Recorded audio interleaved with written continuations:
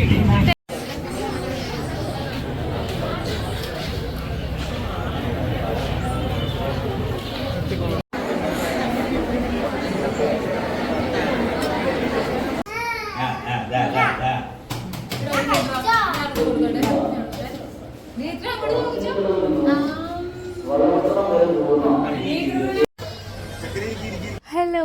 Welcome back to cutiful stories. After a long time നമ്മളൊരു video എടുത്തിട്ട് യൂട്യൂബിൽ upload ചെയ്യുന്നത്. അതിനൊരു പ്രത്യേക കാരണമുണ്ട്.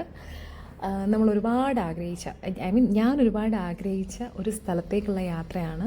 കണ്ണൂർ മുത്തപ്പൻ്റെ അടുക്കയിലേക്കാണ് പോകാൻ പോകുന്നത്. അപ്പോൾ ഞങ്ങൾ ഇവിടുന്ന് തൃപ്പൂണിത്തുറയിൽ നിന്ന് ട്രെയിൻ കയറി തൃശ്ശൂരേക്ക് എത്തി. തൃശ്ശൂരിൽ നിന്ന് ശ്രീകുട്ടൻ നമ്മളെ പിക്ക് ചെയ്ത് അങ്ങോട്ടേക്ക് കൊണ്ടുപോകും. അതാണ് നമ്മുടെ പ്ലാൻ. അപ്പോൾ നമ്മൾ ഏകദേശം രാത്രി ഒരു 10-11 മണിയോട് കൂടിയിട്ട് നമ്മൾ ട്രെയിൻ വന്നിട്ടുണ്ടായിരുന്നു. ഇനിയിപ്പോൾ ഇവിടുന്ന് നേരെ തൃശ്ശൂരിൽ നിന്ന് നമ്മൾ പെരുമ്പിലാവ് അവിടെ വരെ ബസ്സിൽ പോയി അവിടുന്ന് ശ്രീകുട്ടൻ വന്നിട്ട് നമ്മളെ പിക്ക് ചെയ്യും. അതാണ് നമ്മുടെ പ്ലാൻ.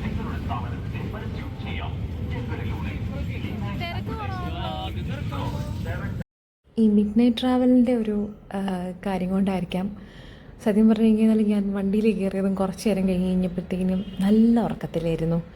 ഉണർന്നു കഴിഞ്ഞപ്പോഴത്തേക്കിനും ഇതാണ് അവസ്ഥ. നേരം അത്യാവശ്യം നന്നായിട്ട് വെളുത്തിട്ടുണ്ടായിരുന്നു. എല്ലാവരും ഉണർന്നിരിപ്പുണ്ടായിരുന്നു. ഞാൻ മാത്രമായിരുന്നു തോന്നുന്നു ഉറങ്ങിപ്പോയത്. അപ്പോൾ ഇവിടെ തൊട്ടിട്ടാണ് പിന്നെ ഞാൻ കുറച്ച് ഷൂട്ടൊക്കെ ചെയ്തത്. ഇതാണ് നേത്രിക്കുട്ടി. അപ്പോൾ നേത്രിക്കുട്ടിയുടെ ചോറൂണിന് വേണ്ടിയിട്ടാണ് നമ്മൾ പോകുന്നത് കേട്ടോ, മുത്തപ്പൻ്റെ അടുത്തേക്ക്. എത്രയോ നാളുകളായിട്ട് വിചാരിക്കുന്നുണ്ടെന്നറിയാമോ മുത്തപ്പൻ്റെ അടുത്തേക്ക് പോകാൻ വേണ്ടിയിട്ട്. ഇങ്ങേറ്റം എല്ലാ കാര്യങ്ങളും ഷെഡ്യൂൾ ചെയ്ത് നമ്മൾ ഒരു ഡേറ്റ് ഫിക്സ് ചെയ്ത് ഇന്ന് പോകുമെന്ന് വിചാരിച്ചിട്ട് ലാസ്റ്റ് മൊമെൻറ്റിൽ അതെല്ലാം നടക്കാതെ വന്നിട്ടുണ്ട്. ഇത് പക്ഷേ ഒട്ടും എക്സ്പെക്റ്റ് ചെയ്യാതെ വന്ന ഒരു ഓപ്പർച്യൂണിറ്റി ആയിരുന്നു നേത്രിയുടെ ചോറൂണ്.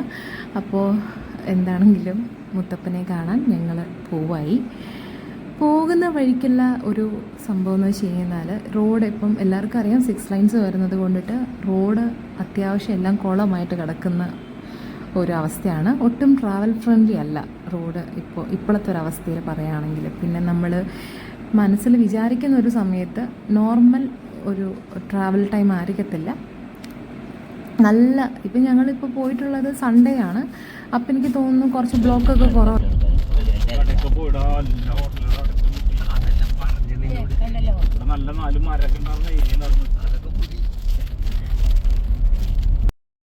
ശ്രീകുട്ടനായിരുന്നു ഡ്രൈവ് ചെയ്തിട്ടുണ്ടായിരുന്നത്. ആക്ച്വലി ശ്രീകുട്ടന് ഈ ഒരു റോഡ് ഭയങ്കരമായിട്ട് അറിയാവുന്ന ഒരു റോഡായിരുന്നു. കണ്ണൂരേക്ക് പോകുന്ന സ്ഥലങ്ങളും കാര്യങ്ങളും ഒക്കെ. അപ്പോൾ ശ്രീകുട്ടൻ ഇങ്ങനെ ഓരോ സ്ഥലങ്ങൾ എത്തുമ്പോഴും പറയുന്നത് ഇവിടെ ഒരു വലിയ മരം ഉണ്ടായിരുന്നു, ഇങ്ങനെയായിരുന്നു, ഇവിടെ ഇതുണ്ടായിരുന്നു ഒക്കെ പറഞ്ഞിട്ട് ഞങ്ങളോട് ഈ 6 ലൈൻസ് വരുന്നത് കൊണ്ട് കുറേ ബിൽഡിങ്ങും വലിയ വലിയ മരങ്ങളും ഒക്കെയും വെട്ടിക്കളയുമല്ലോ. സോ ഞങ്ങളൊരു ബ്രേക്ക്ഫാസ്റ്റ് അന്വേഷിച്ച് ഇപ്പോൾ മാഹി വരെ എത്തിയിരിക്കുകയാണ്. മാഹിയിലെത്തിയപ്പോൾ ആസ് യൂഷ്വൽ എല്ലാ മലയാളികളും എല്ലാവരും ചെയ്യുന്ന പോലെ ഇവിടെ ഞങ്ങൾ പെട്രോൾ അടിച്ചു. ഇവിടെ 3 രൂപ പെട്രോളിന് കുറവാണ് നമ്മളുടെ നാട്ടിലേക്കാട്ടിലും. അപ്പോൾ നമ്മൾ ആ ബെനിഫിറ്റ്സൊക്കെ എടുത്തിട്ട് ഇനിയിപ്പം ബ്രേക്ക്ഫാസ്റ്റ് ഹണ്ടിങ് ആണ് നമ്മളുടെ ഏറ്റവും വലിയ ലക്ഷ്യം. എനിക്ക് തോന്നുന്നു ഇവിടെ വെജ് റെസ്റ്റോറൻറ്റ്സ് കുറച്ച് കുറവാണോ അതോ സൺഡേ ആയതുകൊണ്ട് എല്ലാം ഷട്ട് ഡൗൺ ചെയ്തേക്കാണോ എന്നും അറിയത്തില്ല.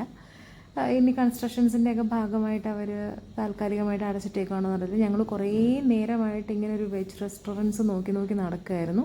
പക്ഷേ എനിക്കൊന്നും കിട്ടിയിട്ടുണ്ടായിരുന്നില്ല. ഇടയ്ക്ക് വെച്ച് 1-2 എണ്ണം കണ്ടു. അവിടെ എനിക്ക് തോന്നുന്നു ഇതേപോലെ തന്നെ അന്വേഷിച്ച് വന്ന ആളുകളായിരിക്കാം. കുറേ വണ്ടികളുണ്ടായിരുന്നു. അപ്പം നമ്മൾ പിന്നെയും സമയം ഒരുപാട് പോകുമെന്ന് കരുതി അവിടെ ഒന്നും വണ്ടി നിർത്താതെ അടുത്ത ഇതിലേക്ക് നമുക്ക് നോക്കാം എന്ന് വെച്ചിട്ട് ഞങ്ങളിങ്ങനെ പോയിക്കൊണ്ടിരിക്കുകയാണ് കേട്ടോ. റോഡിൻ്റെ കാര്യം പറയാൻ വയ്യ. മാഹിന്ന് കുറച്ച് ഡിസ്റ്റൻസ്, അത്യാവശ്യം അടിപൊളി നല്ല റോഡായിരുന്നു. എനിക്ക് തോന്നുന്നു ഈ റോഡിൻ്റെ എല്ലാ കൺസ്ട്രക്ഷൻസും കാര്യങ്ങളും എല്ലാം കഴിയുമ്പോഴത്തേക്കിനും ഇതേപോലുള്ള റോഡുകളായിരിക്കും ഇനി ഭാവിയിൽ കേരളത്തിൽ വരാൻ പോകുന്നതെന്ന് ഞാൻ വിചാരിക്കുന്നു.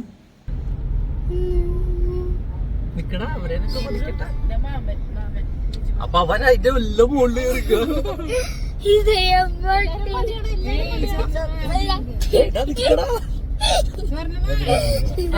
എല്ലാവരും ഷെയ്ക്കൊക്കെ ആവും. ഒന്നും കിട്ടുന്നില്ല. അതൊക്കെ നീ ശ്രീകുട്ട ശ്രീകുട്ട ശ്രീകുട്ട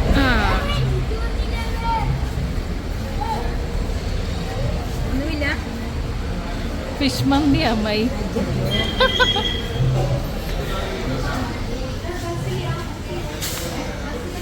അല്ലല്ല സെപ്പറേറ്റ്.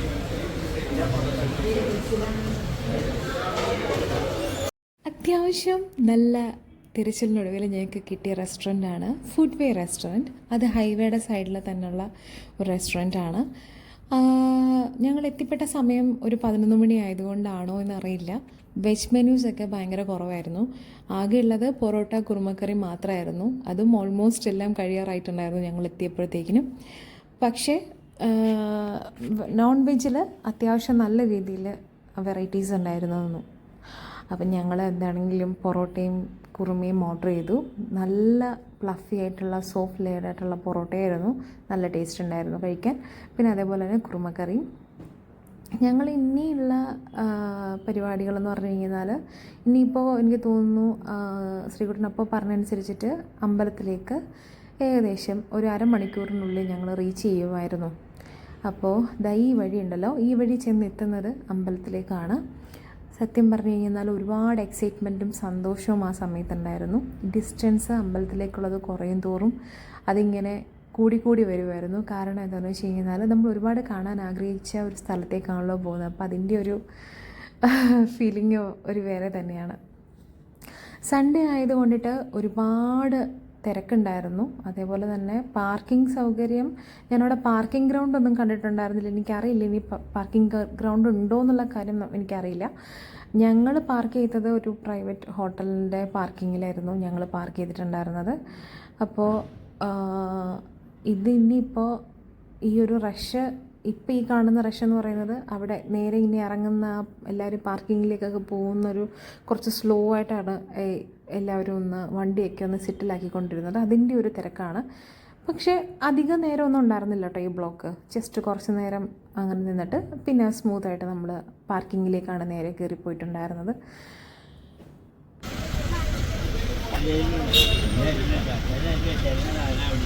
നമ്മൾ വണ്ടി പാർക്ക് ചെയ്യുന്ന തൊട്ടടുത്ത് തന്നെ ഒരമ്മ ഉപ്പിലിട്ടത് വെക്കുന്നുണ്ടായിരുന്നു. അയ്യോ, അസാധ്യ ടേസ്റ്റായിരുന്നു കേട്ടോ. ഞങ്ങൾ അത്യാവശ്യം നന്നായിട്ട് വാങ്ങി കഴിച്ചിട്ടാണ് അമ്പലത്തിലേക്ക് പോയിട്ടുണ്ടായിരുന്നത്. ഇനിയിപ്പോൾ നേരെ അമ്പലത്തിലേക്കുള്ള ഈ നടപടി ഇതാണ്. അപ്പം ഞങ്ങളിങ്ങനെ പോയിക്കൊണ്ടിരിക്കുകയാണ് കേട്ടോ. രണ്ട് വശവും ഒരുപാട് കടകളുണ്ട്. നമ്മൾ ഗുരുവായൂരൊക്കെ ചെല്ലുമ്പോഴുള്ള പോലെ രണ്ട് ഭാഗത്തും ഒരുപാട് കടകളുണ്ട്. അവിടുന്ന് ഇപ്പോൾ കളിപ്പാട്ടങ്ങളാണെങ്കിലും ശരി, ചെറിയ ചെറിയ ഐഡൽസൊക്കെ ആണെങ്കിലും ശരി, വാങ്ങാൻ ഇഷ്ടം പോലെ കടകളുണ്ട്. വേറെ എങ്ങോട്ടും പോകണ്ട, ഇവിടെ തന്നെ വന്നാൽ മതി.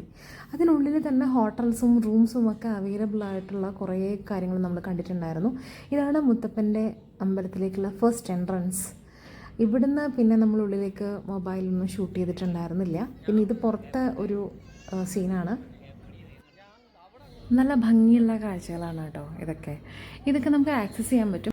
ഇവിടുന്ന് തന്നെ കൈകാൽമുഖമൊക്കെ കഴിയിട്ട് നമുക്ക് ക്ഷേത്രത്തിനുള്ളിലേക്ക് പ്രവേശിക്കാം. അവിടെ നേത്രിയുടെ ചോറൂണിന് വേണ്ടിയിട്ട് ഇനി പോവാണ്. ചോറൂണിന് വരുന്നവർ അവിടുന്ന് രസീതാക്കിയതിന് ശേഷം ഒരു ടോക്കൺ നമ്പർ കിട്ടും. ആ ടോക്കൺ നമ്പർ ഒരു ഡിസ്പ്ലേ ചെയ്യുന്നുണ്ടാവും. നമ്മുടെ ടോക്കൺ നമ്പർ എപ്പോഴാണോ എത്തുക ആ സമയത്തേക്കാണ് നമ്മൾ ഈ ചോറൂണ് മണ്ഡപത്തിലേക്ക് എത്തേണ്ടത്. സോ നേത്രി ചോറൂണിന് വേണ്ടിയിട്ട് കയറി. ശ്രീകുട്ടനാണ് നേത്രിക്ക് ചോറ് കൊടുക്കുന്നത്.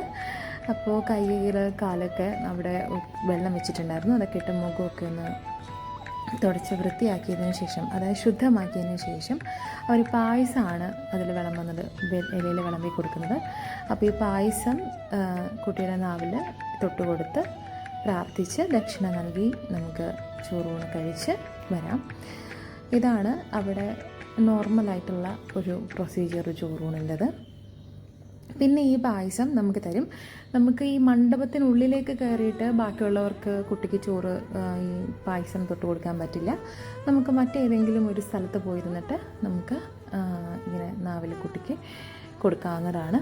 എല്ലാവരും ഓരോരുത്തരും മോൾക്ക് ഊട്ടി കൊടുത്തിട്ടുണ്ടായിരുന്നു. അതിൻ്റെ സൗകര്യങ്ങളൊക്കെ മുത്തപ്പൻ തന്നെ ഞങ്ങൾക്ക് ഒരുക്കി തന്നു എന്ന് വിശ്വസിക്കാനാണ് ഞങ്ങൾക്ക് ഇഷ്ടം. അപ്പോൾ ആ ഒരു ചോറൂണ് വളരെ ഭംഗിയായിട്ട് കഴിഞ്ഞു. മെല്ലെ കൊടുക്ക്. നീ കൊടുക്ക്.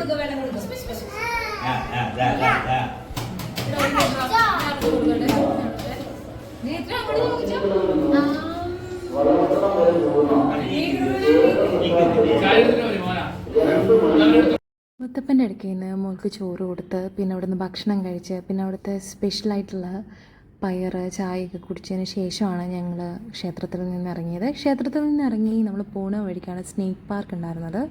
സോ ഒരു അരമണിക്കൂർ ഒന്ന് എക്സ്പ്ലോർ ചെയ്തു. അവിടെ ഒരുപാട് തരം പാമ്പൊക്കെ ഉണ്ടായിരുന്നു അവിടെ. അപ്പോൾ എല്ലാത്തിനെയും കണ്ടു. 30 40 എന്നറിയില്ല അവിടുത്തെ ടോക്കൺ എടുക്കണ എത്രയാണെന്ന് എനിക്ക് അത്ര നിശ്ചയമില്ല. നമ്മൾ ടിക്കറ്റ് എടുത്തിട്ട് വേണം കയറാൻ വേണ്ടിയിട്ട്. അവിടെ ഇതേപോലുള്ള കുറച്ച് വെറൈറ്റീസ് ഉണ്ട്, ഫിഷ് സ്നേക്ക് ഒക്കെ ആയിട്ട്. പിന്നെ കുറച്ച് അല്ലാതുള്ള ഒരു കുട്ടി സൂ എന്ന് വേണമെങ്കിൽ പറയാം. അരമണിക്കൂർ കണ്ടു തീർക്കാൻ പറ്റുന്ന രീതിയിലുള്ള ഡിസ്പ്ലേസ് ഒക്കെ ഉണ്ട് അവിടെ. കുട്ടികളെയും കൊണ്ട് പോകുമ്പോഴുള്ള ഒരു കുട്ടി പാർക്കും ഒക്കെ ഉണ്ട്. അപ്പോൾ ഈ പറശ്ശിനിക്കടവിൽ നിന്ന് വരുന്നവർക്ക് വേണമെങ്കിൽ ഇവിടെ കയറി ഒന്ന് എക്സ്പ്ലോർ ചെയ്ത് പോകാവുന്നതാണ്. തിരിച്ചു പോകുന്ന യാത്ര ട്രെയിനിലായിരുന്നു ഞങ്ങൾ ബുക്ക് ചെയ്തിട്ടുണ്ടായിരുന്നത്. പക്ഷേ ലാസ്റ്റ് മിനിറ്റ് വരെ വെയിറ്റിംഗ് ലിസ്റ്റ് 1 2 ആയിട്ട് ഞങ്ങൾക്ക് ടിക്കറ്റ് ക്യാൻസലായിപ്പോയി. അപ്പോൾ തിരിച്ച് ഞങ്ങൾ ശ്രീകുട്ടൻ്റെ കൂടെ തന്നെ തൃശ്ശൂരേക്ക് പോന്നു. പോകുന്ന വഴിക്ക് ഒരു 4 o'clock എന്ന് പറയുന്ന റെസ്റ്റോറൻറ്റ്, ഹൈലി റിക്കമെൻഡഡ് ആയിട്ടുള്ള റെസ്റ്റോറൻ്റ് ആണ് കേട്ടോ. ഭയങ്കര നല്ല ഫുഡ്, നല്ല ആംബിയൻസ്, നല്ല വൃത്തിയുള്ള ഒരു റെസ്റ്റോറൻറ്റാണ്.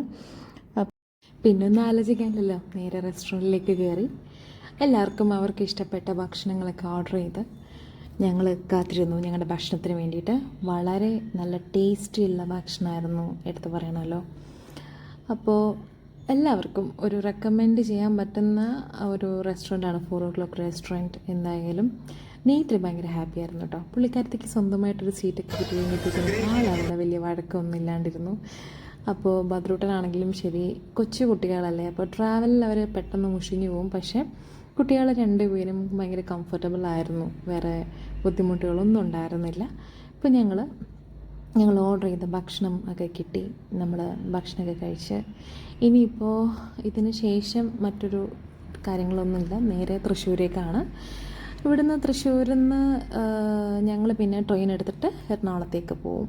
പിറ്റേ ദിവസം മൺഡേ ആയതുകൊണ്ടിട്ട് വർക്ക് ചെയ്യാനുണ്ട്, അപ്പോൾ ലീവ് എടുക്കാൻ പറ്റില്ല.